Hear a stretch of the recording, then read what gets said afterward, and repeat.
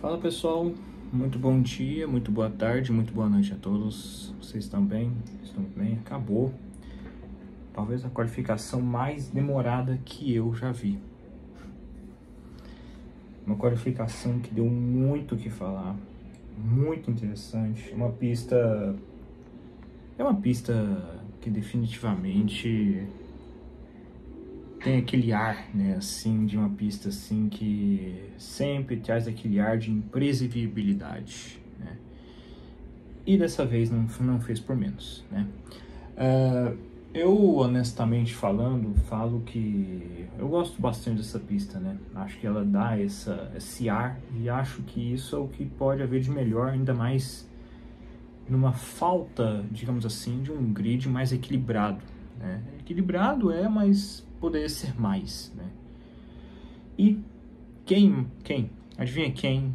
Que é o melhor piloto do grid, quem é o piloto que é diferenciado nos momentos aonde o piloto tem que fazer a diferença? Ele, ninguém mais, ninguém menos que Max Verstappen faz a segunda pole consecutiva nessa temporada, né?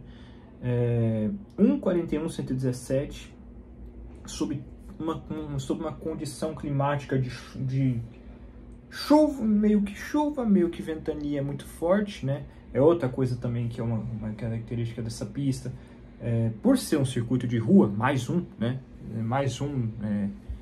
Daqui a pouco 20 dos 24 circuitos da Fórmula 1 vão serem circuitos de rua, né? Mas essa pista é a típica pista de rua, né? Dessas assim que a gente vê aqui na minha cidade, né? Que já foi a mais arborizada e tudo, né? Muitas folhas caindo, muita sujeira na pista, né? Então isso causa um ar de previsibilidade, de imprevisibilidade, longas retas e curvas fechadas. Então assim, é um circuito perfeito para haver a maior salada do grid, e não fez por menos, né? Max Verstappen em primeiro, Carlos Sainz em segundo, Liam Lawson em terceiro, Antonelli em quarto, George Russell em quinto, Yuki Tsunoda em sexto, Lando Norris em sétimo, oitavo Isaac Hadjar, nono Piastri e Leclerc em décimo, né? Aqui, o que eu tenho que acrescentar aqui é o seguinte, né? Carlos Sainz por pouco não foi a pole position, né? Assim que ele fez o tempo de volta dele, o Leclerc me faz o favor de bater, né? Em defesa do Leclerc aqui nessa situação, eu só tenho que acrescentar só de que é uma mudança de pista, é uma mudança climática, é ali que uma chuva estava começando a iniciar. O George Russell já havia errado em outro ponto da pista, só que ele felizmente não chegou a bater. Então, vamos entrar em defesa dele nisso aí. Vamos entrar em defesa disso aí, né? O Piastri também bateu. O Piastri, assim que voltou, saiu a bandeira vermelha, né? Inclusive, bandeira vermelha não foi o que faltou. Eu arrisco dizer sem brincadeira nenhuma, que o Grande Prêmio da Itália não durou. Vai ter essa estatística daqui a pouco nas páginas de Fórmula 1 e tudo mais. Porque eu, literalmente, assim que terminar a qualificação, estou aqui fazendo vídeo para vocês.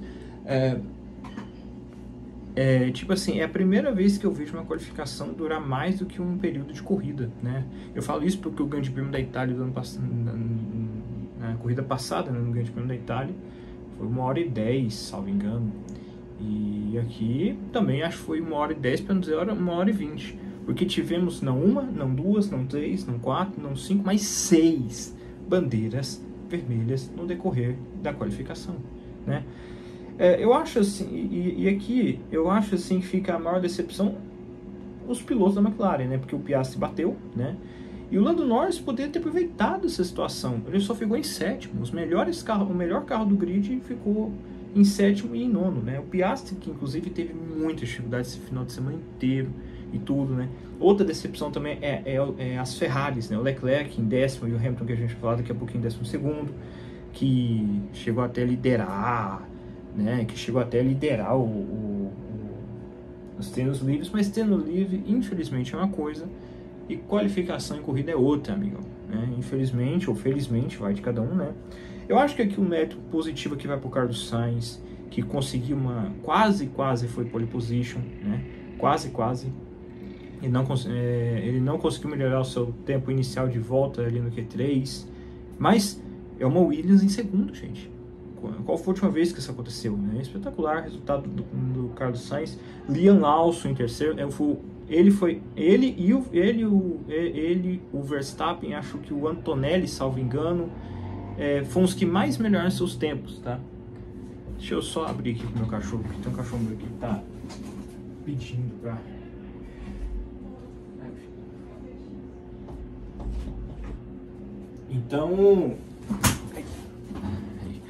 Então, assim, a gente tem que acrescentar estes detalhes aqui como constatação, né? E como já falei, as decepções são as Ferraris e as McLaren, porque acho que eram carros para estar em posições muito mais elevadas do que isso, né? Então, esse foi no Q3, né? Houve duas bandeiras vermelhas no Q3, tá? No Q2, Alonso em 11º, Hamilton em 12º, Bortoleto em 13º, Stroll em 14º, Oliver Bowman em 15º, né? Aqui teve também outra sequência de bandeiras vermelhas, tá? O Oliver Bowman, por exemplo, bateu aqui no Q2, né? Aqui também acrescentar também o Hamilton. Eu não entendi o que a Ferrari quis fazer com o Hamilton, cara. Eu juro pra vocês que eu não entendo. O cara, parece que ele ficou só com um jogo só de pneu o quali inteiro, né? É muita desorganização na Ferrari, gente. É muito desanimador, tá? Eu coloco na conta, assim, o Hamilton acho que poderia ter melhorado. Ele teve a chance de melhorar, né? Na primeira tentativa dele foi até parado pelo Leclerc, que errou ali, né? Na primeira curva ali, tudo, né? O pessoal conseguiu fazer o retorno e tudo mais. Só que podia ter melhorado, teve chance para isso, né? Mas a Ferrari foi lá e teve uma péssima estratégia, como sempre, com ele, né? O Bortoleto em 13º é o que podia, é o máximo que o carro podia dele, né? Não tem muito o que falar. O Lance Stroll em 14º é o padrão Lance Stroll de qualidade, né? Mais uma vez, né? Mais uma vez, não teve nenhuma vez nessa temporada em que ele não ficou à frente do Alonso na qualificação, né? Isso diz muito sobre esse cara, né? Enfim, mas é isso aí, né? Aí aconteceu uma bandeira vermelha ali. Aí aconteceu mais bandeira, aí aconteceu outras duas bandeiras vermelhas no Q1, né? Onde o Franco Colapinto, o Nico Hülkenberg ficou o Franco Colapinto em 16º, o Nico Hülkenberg em 17º, Esteban Ocon em 18º, Gasly em 19º e Alexander Albon em 20º, né? Aqui, para mim, a burrice do quali, e aqui eu diria que é burrice na minha visão, é o Franco Colapinto. O Franco Colapinto que já estava à frente do Gasly, o Gasly tinha em algum momento ali, muita gente escapando, tá? Muita gente escapou nessa pista e tudo, né? E o Gasly em uma determinada curva, deixa eu ver, a curva 1, 2, 3, 4. Na curva 4, ele travou os pneus, saiu, né? Foi para a área de escape e aí teve bandeira amarela. E aí o que o Franco Colapinto faz? Ele já à frente, né, do Gasly e tudo. Ele, não sei se ele se assustou, não sei, mas foi aborrado. Foi na mesma curva que o Gasly escapou. O Franco Colapinto causa um acidente, né? Assim, ele bate na barreira de pneus, né? Tudo que o Franco Colapinto precisa, né? Tudo que o Franco Colapinto precisa. Mas independente do que for, está à frente do Gasly, né? A Alpine, gente, inclusive esse final de semana estava um pesadelo. Chegou nos treinos livres o tempo todo as Alpines milhões de milhas ou quilômetros que seja atrás dos primeiros, né? Teve treino livre aí que a Alpine estava 2 segundos em relação aos líderes, né? Então assim, o motor Renault da Alpine, né, fazendo hora extra na Fórmula 1, porque ainda mais nessa pista, né, onde a velocidade máxima ela é um fator muito importante também, pela longa reta que tem ali na linha de chegada, né? Mas, enfim, a Alpine extremamente mal, né? Hülkenberg mais uma vez atrás do Bortoleto. O Bortoleto já pegou a manha, já nem é mais um espanto, nem nada, né?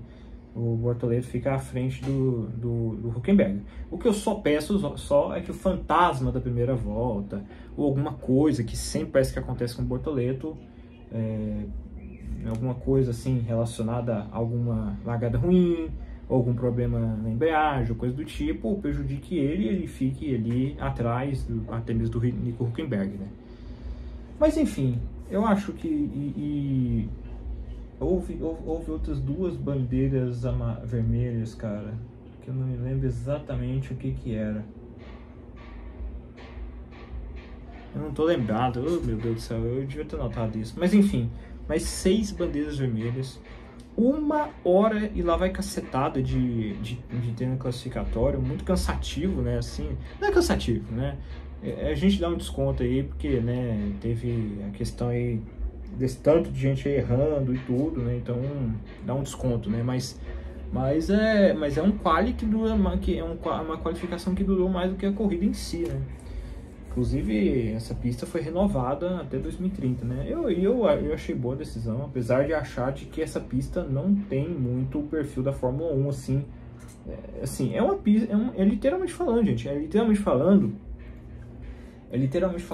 avenidas, ali, avenidas, né? E é um dos pilotos onde a Fórmula 1 corre, né? Na segunda-feira, na terça-feira, não sei, ali nessa pista, o fluxo de trânsito normal, tá? Então, mas é isso aí, senhores, é isso que eu tenho a dizer. Vamos ver como é que vai ser a corrida amanhã.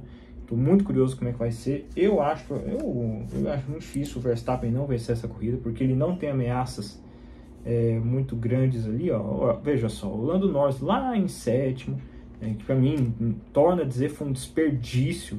No sétimo lugar, ainda mais porque o Piastri estava muito, ainda mais que o Piastri tinha batido, né, e tudo, né. Acho que o Lando Norris poderia ter feito melhor, né, na última tentativa dele, mas ele foi inclusive o primeiro, né? Ele foi o primeiro a fazer uma volta rápida, né? Então isso também isso é um fator também que conta, né?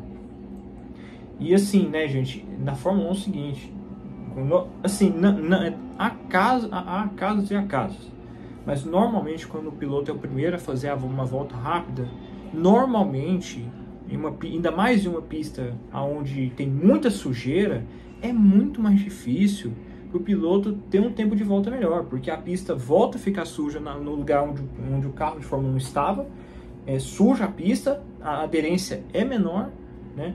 Aí eu lhe pergunto, né, por que a McLaren, então, nesse caso, lançou o Lando Norris em primeiro, né? Lançou o Lando Norris ali primeiro para ele, basicamente, limpar a pista para quem estava atrás dele, né? Porque quem está atrás e com a pista mais limpa ganha-se mais desempenho, porque ele vai percorrer uma parte mais limpa da pista, ao invés de quem foi primeiro, né?